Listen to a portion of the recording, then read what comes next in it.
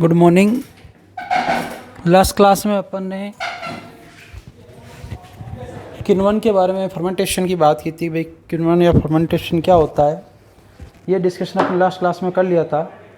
आज अपन शोषण और किण्वन में अंतर पढ़ेंगे कि भाई शोषण और किण्वन में क्या अंतर होता है, उसकी बात करने वाले हैं कि भाई एक शोषण और जो आपकी प्रोसेस होता है शोषण और किण्वन में क्या अंतर है, इसकी बात करने वाले हैं। देखिए, तो अपनी आज की हेडिंग है शोषण व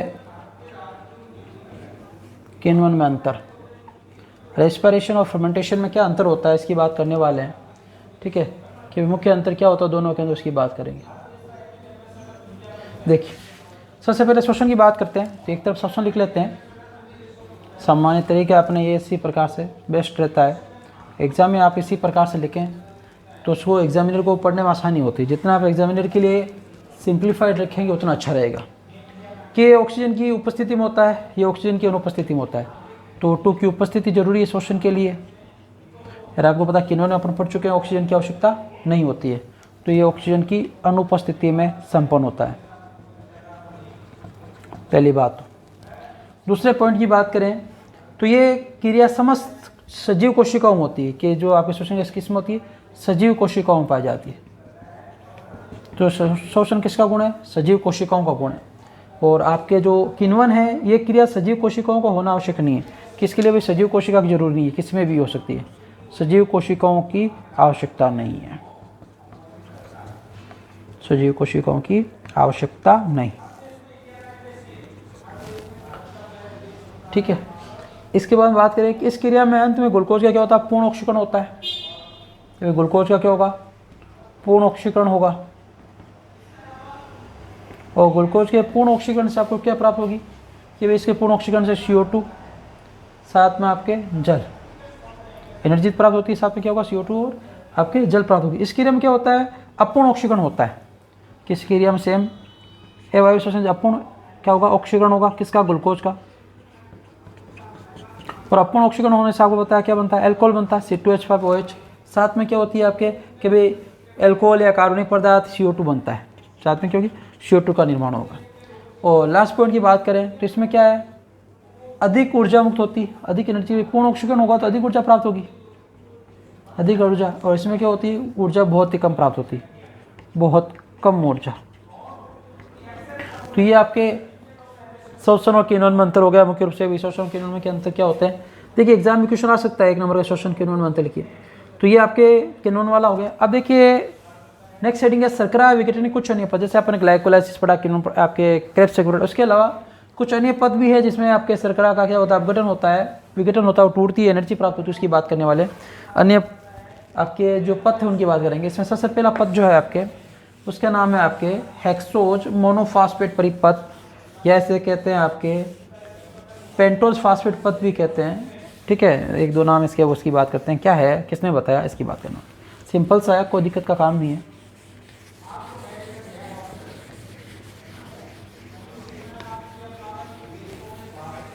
देखिए, शर्करा विघटन के कुछ अन्य पद, उसमें पहला पढ़ते हैं। ठीक है, हेडिंग है हेक्सोज मोनोफास्फेट परिपथ, या इसे कहा जाता है पेंटोज फास्फेट, पेंटोज फॉस्फेट पथ भी कहते हैं। ठीक है, ये तो इनके नाम हुए। शॉर्ट में इसको बोले तो आप देखिए HMP, HM पाथ पे मतलब P, और इसको क्या बोलेंगे? पेंटोज फी, फास्फोट P, पथ BP, PP, PPP पथ है ना, PP हो गए। ये इनके इंग्लिश वर्ड कोई कभी कभी पूछा जाता है। HMP पद भी पूछ लेते हैं, HMP पद क्या है, PPP, PPP पद भी क्या है, कुछ भी पूछ सकते हैं। एग्जामिनर को आपको कंफ्यूज करना है तो किताब में जो दिया कुछ भी पूछा जा सकता है। क्या होता है कि भाई सामान्य रूप से अपने भी क्या पढ़ता है कि भाई ऑक्सीशोषण पद होता है। कि भाई ऑक्सीशोषण का सामान्य पद क्या है? कि भाई ऑक्सीजन की उपस्थिति में जब शोषण का पद क्या है, किस प्रकार से ऑक्सीशोषण का सामान्य पद क्या है? कि भाई ऑक्सीशोषण सबसे पहले ग्लाइकोलाइसिस में किसी भी ऑक्सीजन की उपस्थिति जरूरत नहीं है। तो पहले तो क्या होता है? ग्लाइकोलाइसिस पढ़ चुके हैं अपन। फिर ऑक्सीजन आपके ऑक्सीजन उपस्थित है तो कौन सा पथ होगा, क्रेब्स चक्र होगा। ठीक है, दो बात कर चुके हैं कि भाई क्रेब्स चक्र के द्वारा क्या होता है, आपके ऑक्सीजन संपन्न होता है। परंतु कुछ सजीवों में ग्लूकोज के ऑक्सीकरण के लिए एक वैकल्पिक, उनका एक अलग से पथ पाया जाता है जो इनके अलावा, ठीक है, उसे क्या कहते हैं, पेंटोज फास्फेट पथ कहा जाता है कुछ जीवों के अंदर, है ना, कुछ सजीवों के अंदर। तो इस प्रक्रिया में क्या होता है कि हेक्सोज शर्करा का विघटन है, हेक्सोज मतलब ग्लूकोज 6 कार्बन, इसलिए हेक्सोज के जो हेक्सोज शर्करा, तो हेक्सोज शर्करा जो होती है, तो हेक्सोज शर्करा का क्या होता है, आपके विघटन होता है। और इसके विघटन से क्या होता है, आपके एक मध्यवर्ती 5 कार्बन वाली शर्करा बनती है, और इस कारण से क्या कह दिया, पेंटोज फास्फेट कह दिया। फिर उन्होंने क्या कहा, हेक्सोज अपने क्या पढ़ा था भाई, आपके ग्लूकोज का पूर्ण ऑक्सीकरण होता था, क्या बनता है, पायरुवेट अम्ल बनता है। इसमें ये क्या कह रहे हैं कि भाई कुछ सजीवों के अंदर ऐसा होता है कि हेक्सोज शर्करा का जब आपके क्या होता है, आपके हेक्सोज शर्करा जो होती है इसका विघटन होता है, तो 5 कार्बन का एक मध्यवर्ती पदार्थ बनता है। मध्यवर्ती क्या बनती है, 5 कार्बन वाली मध्यवर्ती क्या बनती है, आपके शर्करा का निर्माण होता है। और 5 कार्बन की मध्यवर्ती शर्करा का निर्माण होता है, इसीलिए इसे क्या नाम दे दिया, पेंटोज फास्फेट पथ। क्या नाम दे दिया, पेंटोज फास्फेट पथ। ठीक है, क्यों कहा, समझ आ गई बात कि सामान्य रूप से क्या होता है, ऑक्सीशोषण की प्रक्रिया होती है सजीवों में, ठीक है, जिसमें ग्लाइकोलाइसिस और क्रेब्स चक्र होता है, और ग्लूकोज का आपके जो हेक्सोज शर्करा होती है इसका पूर्ण ऑक्सीकरण होता है। लेकिन उन्होंने बताया कि कुछ सजीवों में उनका खुद का वैकल्पिक, मतलब वैकल्पिक उनके पास विकल्प होता है इसके अलावा, कि भाई उनके अंदर एक जो हेक्सोज शर्करा होती है, जब इसका विघटन होता है तो एक मध्यवर्ती 5 कार्बन की शर्करा बनती है, इसलिए इसे क्या कह दिया, पेंटोज फास्फेट पथ कह दिया। पेंटोज मतलब 5 कार्बन का, फास्फेट शर्करा फास्फेट होता है, और पथ मतलब तरीका रास्ता, इसलिए। और इसका सर्वप्रथम अध्ययन करने वाले जो वैज्ञानिक थे, कि वे वैज्ञानिक कौन थे जिन्होंने ये अध्ययन किया, भी बताया, तो इसका अध्ययन करने वाले 2 वैज्ञानिक थे। एक तो वार्गबर्ग था, वार्गबर्ग, एक था डिगिंस। ठीक है, तो ये 2 वैज्ञानिक थे जिन्होंने ये अध्ययन करके बताया, और इन्होंने बताया कि जंतु उत्कों में क्या था, किसमें अध्ययन किया था इसका, जंतु उत्कों में, जंतुओं में क्या था। और इस पथ की विभिन्न अभिक्रियाओं का विस्तृत अध्ययन किसने किया था, कि विभिन्न अभिक्रियाओं क्या था जो अध्ययन इस पथ की, विभिन्न अभिक्रियाओं का अध्ययन जो किसने किया था उसकी बात करें तो उस वैज्ञानिक का नाम था रेकर। ठीक है, क्या नाम था, रेकर। ठीक है, तो रेकर ने इसके बारे में अध्ययन किया था, तो इस चीज़ का ध्यान रखेंगे। बताया वार्गबर्ग डिगिंस से, इसके अभिक्रिया को विस्तृत रूप से समझाने का कार्य किसका था, आपके रेकर ने, और उसके साथी थे रेकर और उसके सहयोगी। और ये पथ कोशिका द्रव्य में ऑक्सीजन की उपस्थिति में संपन्न होता है। तो इस पथ की विशेषता क्या है, कहाँ संपन्न होगा, जैसे ग्लाइकोलाइसिस होता है कोशिका द्रव्य में, इज प्रेजेंट ऑफ ऑक्सीजन। ठीक है, हो गए, मेन समराइज हो गया। अब देखिए इसकी अभिक्रिया को समझ लेते हैं, किन के चरणों में क्या 5 कार्बन वाला क्या बनेगा, उसकी बात कर लेते हैं। ठीक है, देखिए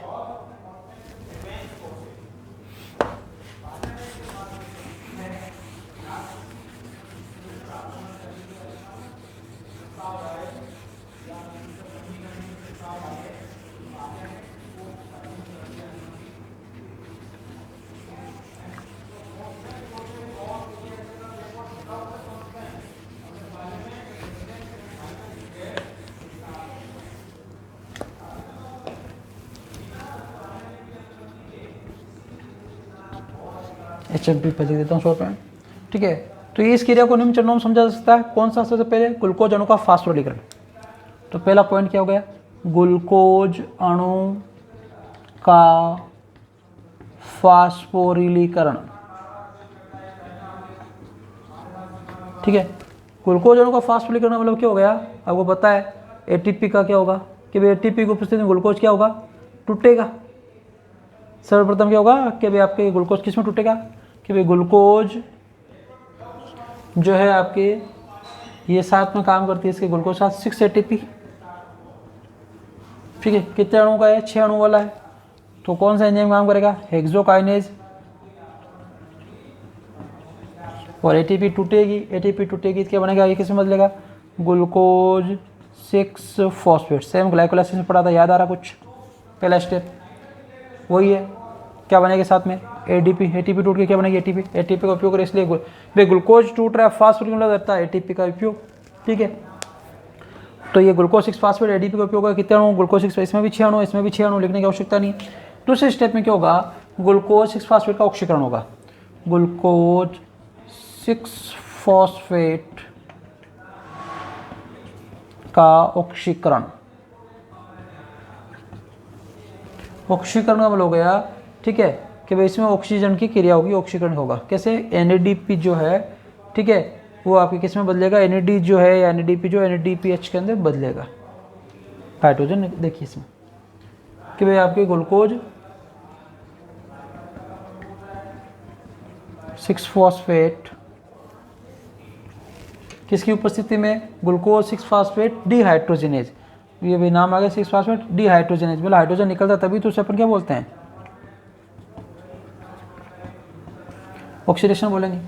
तो इसमें क्या होगा? साथ में जल का अणु जुड़ेगा, ठीक है, तो इसमें क्या होगा? आपके NADH का निर्माण होगा, NADH प्लस H प्लस के 6 अणु बनेंगे। और यहाँ पे लिख दीजिए NAD लिख सकते हैं आप, कोएंजाइम है ये। क्या बनेगा? 6 फास्फोग्लूकोनिक अम्ल बनेगा। क्या बनेगा? 6, पहले ये लिख देता हूँ, 6 फास्फोग्लूकोनिक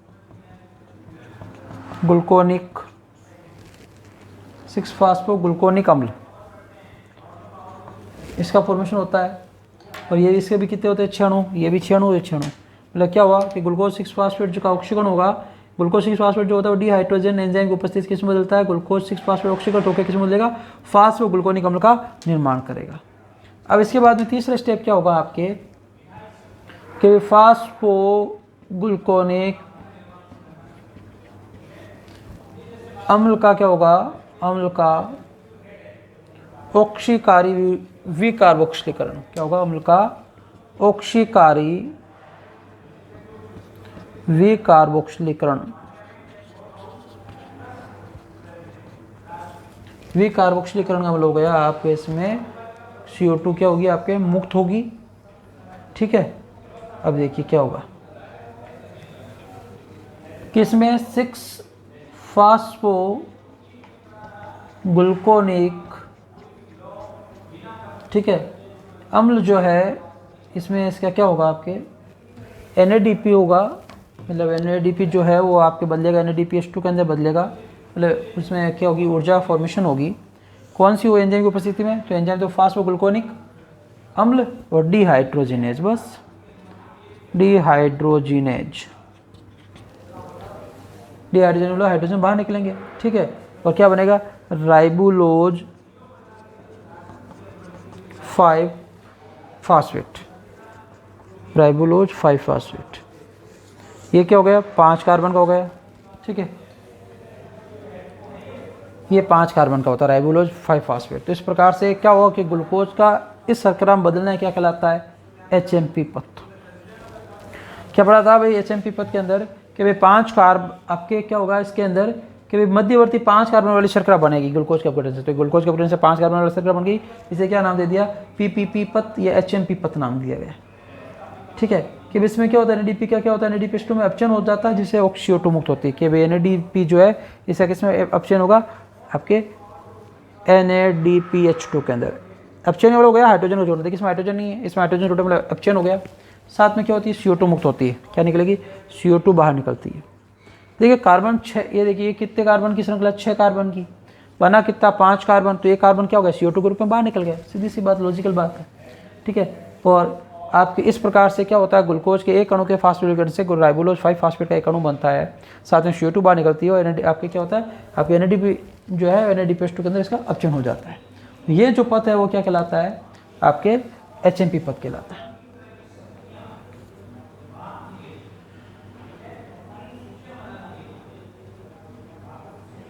कि भाई इस अभिक्रिया में क्या होता है कि भाई CO2 अणु के साथ क्या होते हैं? NADPH2 जो है ये बनते हैं। और इसके पूर्ण विघटन से कितने अणु बनेंगे? 6 अणु। CO2 व 12 अणु क्या होते हैं? NADPH2 निर्मित होते हैं।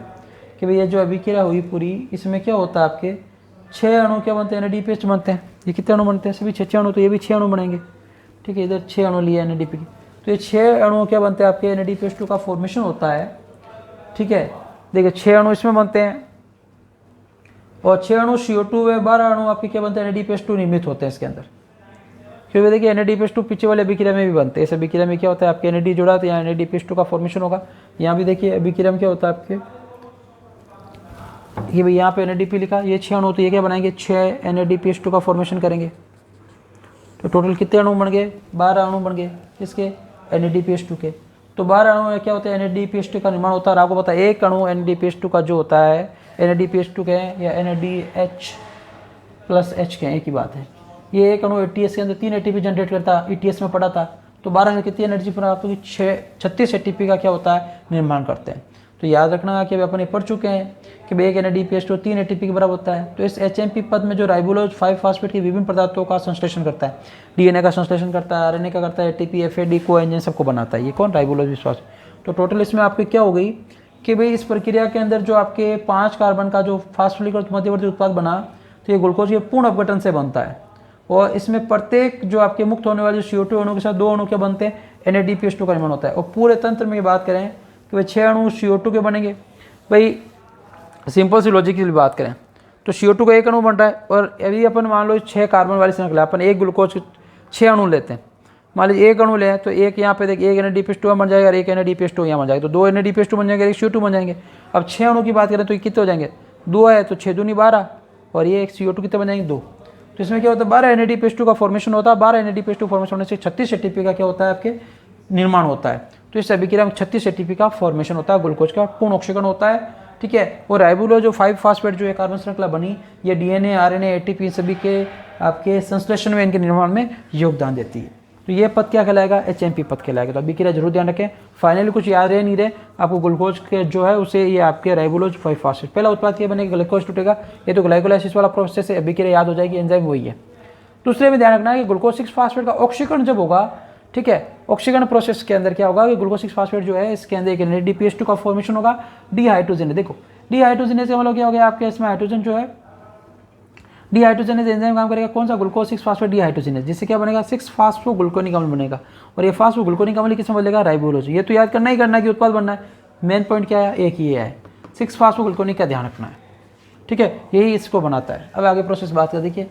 अगला एक और पथ आ रखा है जिसका नाम है एंटर डुओड्रोफ पथ। देखिए ये क्या कहता है, इसकी बात कर लेते हैं कि ये 2 पथ दे रखे हैं अलग से, तो इनके अन्य पथ की बात करते हैं। भाई ग्लाइकोलाइसिस, क्रेब्स चक्कर, ETS है ना, ये तो पढ़ना ही है, भाई इनको भी पढ़ना पड़ेगा, सिलेबस में दिया हुआ है कि भाई कुछ अतिरिक्त पथ भी वैज्ञानिक को तो और बताया गया, भाई कुछ जीवों के अंदर ऐसा भी होता है कि कुछ अलग वैकल्पिक पथ भी पाए जाते हैं। देखिए ATP फॉर ग्लूकोज में 36 ATP बना, उसमें भी अपने पढ़ाते हैं 36 ATP का निर्माण होता है ग्लूकोज पूर्ण ऑक्सीकरण से।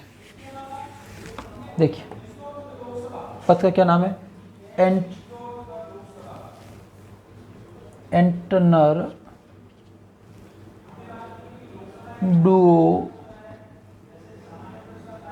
डुओड्रोफ पथ। एंटनर डुओड्रोफ पथ क्या है कि ये परिपथ मुख्यतः कुछ जीवाणुओं में पाया गया, कुछ जीवाणुओं में। किसमें पाया गया, पहली बात कुछ जीवाणुओं में देखा गया या पाया गया।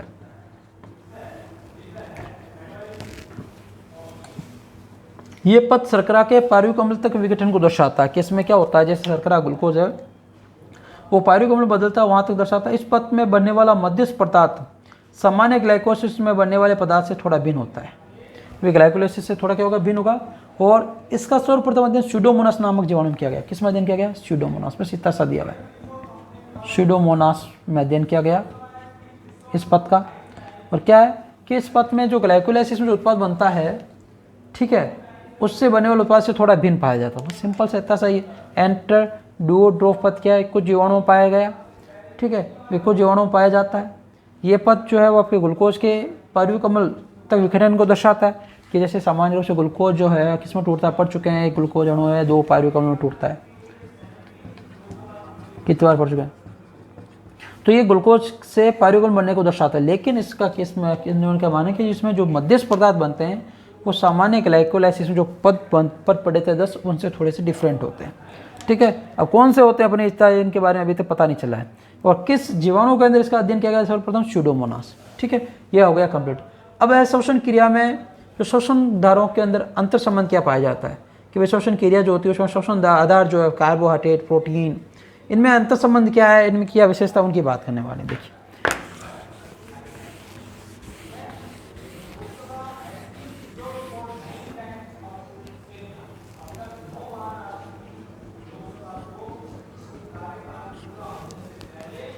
श्वसन क्रिया में श्वसन आधारों में श्वसन क्रिया में श्वसन आधारों में संबंध। ठीक है, में संबंध अंतर संबंध देखिए क्या है, सुनिए कि श्वसन क्रिया में श्वसन आधार के रूप में सजीव सामान्य कार्बोहाइड्रेट का उपयोग करते हैं। पहले ही पढ़ चुके हैं कि सबसे मुख्य आपके श्वसन आधार क्या है, कार्बोहाइड्रेट। पहले जब चैप्टर स्टार्ट किया उसमें यही बात की थी कि मुख्य श्वसन के आधार क्या है, कार्बोहाइड्रेट है। ठीक है, और परंतु कुछ पौधों में विशेष परिस्थितियों में प्रोटीन, वसा तथा कार्बनिक अम्लों को भी श्वसन क्रिया में भाग लेते हैं। भी कार्बोहाइड्रेट नहीं होता, कुछ जो पादप है, ठीक है, वो क्या करते हैं, प्रोटीन का, वसा का या कुछ कार्बनिक अम्लों को क्या करते हैं, श्वसन क्रियाधार के रूप में प्रयुक्त करते हैं। श्वसन में यदि वसा क्रियाधार है तो क्या होगा, सबसे पहले क्या बनेगा कि भाई वसा श्वसन में क्रियाधार का कार्य का, तो क्या बनेगा, वशीय अम्ल बनेगा। तीसरा फॉर्मेशन होगा, वशीय अम्ल का निर्माण होगा, और साथ में क्या बनेगा, ग्लिसरॉल। कि श्वसन आधार में वसा का प्रयोग किया जाए, क्या बनेगा, वशीय अम्ल, और क्या बनेगा आपके ग्लिसरॉल विघटित होगा। और वशीय अम्ल जो आपके किस में बदलेंगे, एसिटाइल कोएंजाइम बनकर क्या बनाएंगे, क्रेब्स चक्र में प्रवेश करता है। ये वशीय अम्ल जो है किस में टूटेंगे, एसिटाइल कोएंजाइम है। ठीक है, इसमें टूट के फिर किस में प्रवेश कर जाएंगे, आपके क्रेब्स चक्र में। और ग्लिसरॉल पहले क्या बनाएगा, पीजीएल बनाएगा, कि ग्लिसरॉल ये क्या बनाता है, फास्फोग्लिसरिक एल्डिहाइड। ठीक है, पीजीएल में प्रवृत्त होगा और एक ग्लाइकोलाइसिस में प्रवेश करेगा, किसमें, ग्लाइकोलाइसिस में, और ये किसमें, क्रेब्स चक्कर में। अगर प्रोटीन क्रियाधार होगा तो क्या बनेगा, प्रोटीएज एंजाइम और विघटित होकर अमीनो अम्ल में बदलेगा, और पायरुविक अम्ल के साथ क्या बनेगा, श्वसन पथ बनाएगा। यदि मान लीजिए प्रोटीन होगा श्वसन क्रियाधार, तो ये प्रोटीन किसमें टूटेगा आपके, कि भाई प्रोटीन जो प्रोटीएज एंजाइम की उपस्थिति में, कौन सा एंजाइम, प्रोटीएज, जो प्रोटीन को तोड़ने का कार्य करेगा। ठीक है, तो प्रोटीएज एंजाइम की उपस्थिति में विघटित होकर क्या बनेगा, अमीनो अम्ल बनाएगा, और अमीनो अम्ल से क्या बनेगा आपके, पायरुविक अम्ल बनेगा।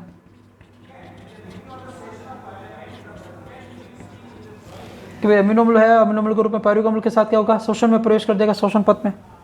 ठीक है, तो इस श्वसन क्रिया में काम आने वाले श्वसन आधारों के उपयोग के क्रम के अनुसार सर्वप्रथम कार्बोहाइड्रेट, उसके बाद वसा, कार्बनिक अम्ल, और अंत में प्रोटीन होते हैं। भैया पढ़ चुके हैं, फाइनली देखो कार्बोहाइड्रेट का बना, अभी जो पढ़ा प्रोसेस कार्बोहाइड्रेट, सबसे पहले ग्लाइकोलाइज, कार्बोहाइड्रेट में आपके ग्लूकोज टूटता है, फिर वो आपके ग्लाइकोलाइसिस प्रोसेस द्वारा आपके पायरुविक अम्ल बनाता है, पायरुविक अम्ल क्रेब्स चक्र बनाता है। जब कार्बोहाइड्रेट, मान लीजिए कार्बोहाइड्रेट श्वसन क्रियाधार के रूप में नहीं है, वसा है, तो वसा से वसा टूटती क्या, वशीय अम्ल ग्लिसरॉल बनते हैं। तो ग्लिसरॉल तो क्या है, पीजीएल। ठीक है, कि पीजीएल में परिवर्तित हो जाता है, पीजीएल में फास्फोग्लिसरिक एल्डिहाइड, जो आपके ग्लाइकोलाइसिस के प्रोसेस का एक भाग है। वशीय अम्ल किसमें बदल जाते हैं, कि भाई वशीय अम्ल जो है आपके, ये क्या करते हैं, आपके एसिटाइल को एंजाइम का निर्माण करके क्रेब्स चक्र में प्रवेश कर जाते हैं। तो फाइनली उत्पाद तो वही बना, एनर्जी तो वही बनी है ना, प्रोसेस तो वही चल रहा है। और मान लीजिए प्रोटीन अपने श्वसन क्रियाधार में भाग हो रहा था, प्रोटीएज एंजाइम की उपस्थिति में टूटेगा, अमीनो अम्ल बनाएगा, अमीनो अम्ल से क्या बनेगा, पायरुविक अम्ल बनाएगा। तो फाइनली मतलब भी क्या है कि श्वसन क्रियाधार का मतलब सबसे पहले कार्बोहाइड्रेट, फिर वसा, ठीक है, और कार्बनिक अम्ल, फिर लास्ट में प्रोटीन। कि भाई कुछ भी नहीं मिलता शरीर को, तब प्रोटीन का क्या होता है, श्वसन आधार के रूप में प्रयुक्त होता है, और फाइनली उत्पाद बनाना इनका प्रोसेस रहता है। ठीक है, अब एक बात करता है महत्वपूर्ण पॉइंट, श्वसन एक उपचय क्रिया है, मतलब रेस्पिरेशन इज एन एम्फीबोलिक प्रोसेस। मैं आपको पढ़ा चुका हूँ पहले, वैसे एम्फीबोलिक प्रोसेस आया था, मैंने आपको बताया था, फिर भी आ गया है। मैं आपको पता है टू द बुक अकॉर्डिंग चलता हूँ, लाइन टू लाइन सभी चीज़ें क्लियर करवाता हूँ, कोई भी पॉइंट नहीं छोड़ता हूँ। ठीक है, मैं तो पॉइंट उस पर भी चर्चा करता हूँ। ठीक है, और जो नहीं होते उनकी भी बात करते हैं, छोड़ता कुछ भी नहीं हूँ मैं। श्वसन एक उभयचयी क्रिया है। उभयचयी क्रिया का मतलब हो गया, इसे बोलते हैं एम्फीबोलिक इंग्लिश में, एम्फीबोलिक प्रोसेस। क्या होता है एम्फीबोलिक, सुनिए कि सजीवों में कार्बनिक पदार्थों के विघटन की प्रक्रिया देखो, एक प्रक्रिया होती है कि सजीवों पदार्थों जो भी कार्बनिक पदार्थ है विघटन होगा, या कार्बनिक पदार्थों का संश्लेषण होगा, निर्माण होगा।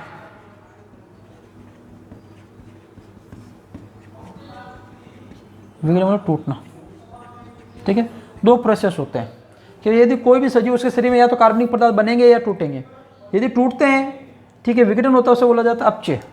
उस प्रोसेस को बोलते हैं हिंदी में अपचय, वैसे क्या कहा जाता है, उपचय।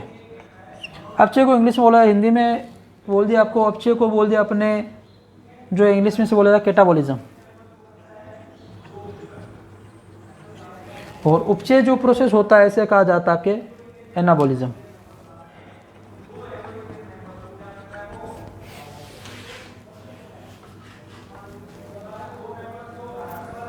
मतलब जब भी कार्बनिक पदार्थ का विघटन होगा उसे बोलेंगे अपचय, ठीक है हिंदी में। और इंग्लिश में बोला जाता है कैटाबॉलिज्म, टूटना किसी चीज़ का। जब कोई चीज़ फॉर्मेट होगी बनेगी तो उसे क्या बोला जाता है, उपचय या एनाबॉलिज्म बोला जाएगा।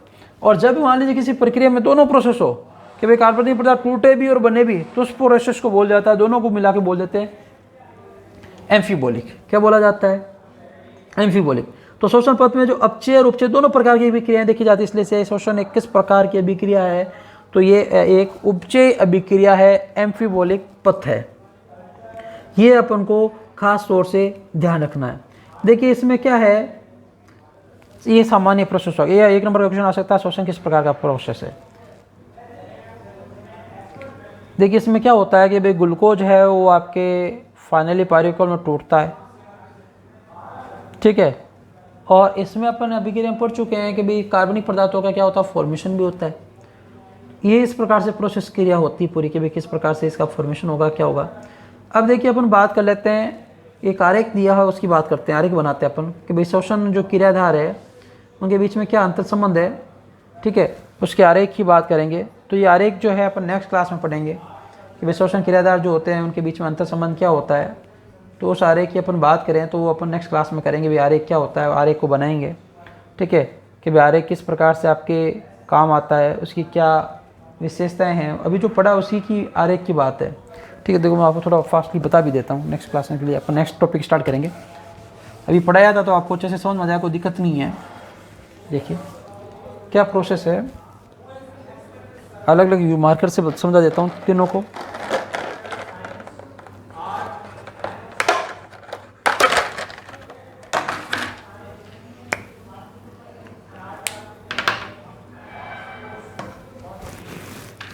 कि सबसे पहले अपन वसा की बात कर लेते हैं कि वसा, ये वसा किस में टूटती है आपके, ठीक है, कि वसा जो है सामान्य प्रोसेस एक तो बनाएगा वशीय अम्ल,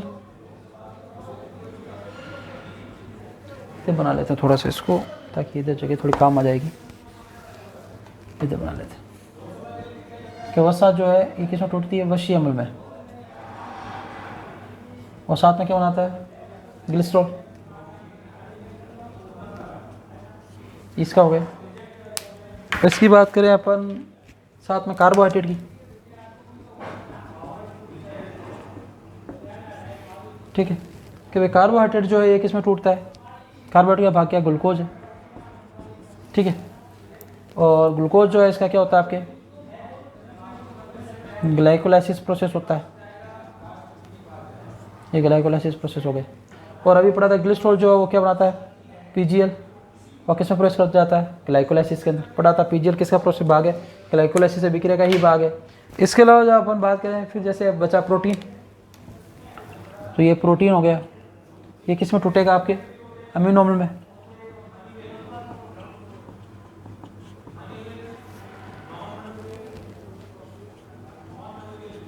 ठीक है, ये अमीनो अम्ल बना दिया। तो ये प्रोसेस जो ऊपर वाला जो अपन पढ़ रहे हैं, ठीक है, थोड़ी सी लाइन नीचे बना देता हूँ अच्छे से समझ आ जाए। यहाँ से ये कहाँ हो रहा है, ये ग्लाइकोलाइसिस से क्या बनता है, फाइनली पायरुवेट अम्ल बनता है। तो ये ऊपर वाला प्रोसेस किस में हो रहा है, पूरा ये देखिए ये ऊपर वाला प्रोसेस हो रहा है कोशिका द्रव्य में, किसके अंदर, कोशिका द्रव्य में हो रहा है पूरा। अब इसमें क्या होगा कि वशीय अम्ल जो है, ये पायरुवेट अम्ल आगे आपको पता क्या बनाता है, कि भाई अपने पढ़ा था कि भाई अमीनो अम्ल है, ये क्या करते हैं आपके अमीनो अम्ल जो है आपके, ये किसका निर्माण करते हैं, पायरुवेट अम्ल का, ठीक है। और पायरुवेट अम्ल से क्या बना देंगे आगे उसकी बात करेंगे कि पायरुवेट अम्ल जो है किस में बदलता है आपके जगह, आपको पता है पायरुवेट अम्ल जो बदलेगा एसिटाइल, ठीक है, एसिटिल कोएंजाइम में, ठीक है, ये बदल गया। वशीय अम्ल किस में बदलते हैं, एसिटिल कोएंजाइम में बदलते हैं। और ये प्रोसेस नीचे वाला किस में होगा, लाइन से ग्रीन लाइन से नीचे माइटोकॉन्ड्रिया के अंदर, माइटोकॉन्ड्रिया के अंदर होता है प्रोसेस, ऊपर वाला कोशिका द्रव्य, नीचे वाला माइटोकॉन्ड्रिया। तो एसिटाइल कोएंजाइम आपको पता आगे जाके क्या बनाएगा, ठीक है, कि एसिटाइल कोएंजाइम वो आगे जाके सामान्य प्रोसेस सिट्रिक अम्ल चक्कर, क्रेब्स चक्कर का निर्माण करेगा। क्या बनाएगा, यहाँ लिख देता हूँ क्रेब्स चक्कर, ठीक है। और साथ इसमें क्या होती है आपके जल के अणु बाहर निकलते हैं, पढ़ चुके हैं वैसे बहुत ज़्यादा ये CO2 फॉर्मेशन। तो ये सभी देखिए, वशीय अम्ल के लिए एसिटिल कोएंजाइम का निर्माण हो गया। कार्बोनेट से पायरुविक अम्ल, पायरुविक अम्ल जो लिंक रिएक्शन के द्वारा एसिटिल कोएंजाइम में प्रवेश करता ही है। अमीनो अम्ल पायरुविक अम्ल का निर्माण करते हैं, सभी फाइनल उत्पाद क्या बन रहा है, एसिटिल कोएंजाइम बन रहा है सभी का, ठीक है। और फिर ये इसके द्वारा क्या बनते हैं, क्या बनाएंगे, NADH+H, ये क्या बनाएंगे, FADH+H, इसका फॉर्मेशन होगा। और ये फाइनली क्या होंगे, ETS में जाएंगे, इलेक्ट्रॉन ट्रांसपोर्ट सिस्टम है, और क्या जनरेट करेंगे, ATP। तो ये सभी जो आपके शोषण आधार है वो आपस में जुड़े हुए हैं, उनका आपस में लिंक है। तो इसे ये आरेख ये समझाता है अपन को कि वे शोषण क्रिया आधार जो है वो आपस में जुड़े हुए हैं, उनका अंतर संबंध पाया जाता है, आपस में संबंध होता है जिसकी वजह से वो क्रिया करते हैं। तो आज के लिए इस क्लास में इतना ही पढ़ेंगे। नेक्स्ट क्लास में अपन शोषण गुणांक रेस्पिरेटरी कोएफिशिएंट की बात करेंगे जो एग्जाम के हिसाब से महत्वपूर्ण भी रहेगा। तो आज के लिए इतना ही, धन्यवाद।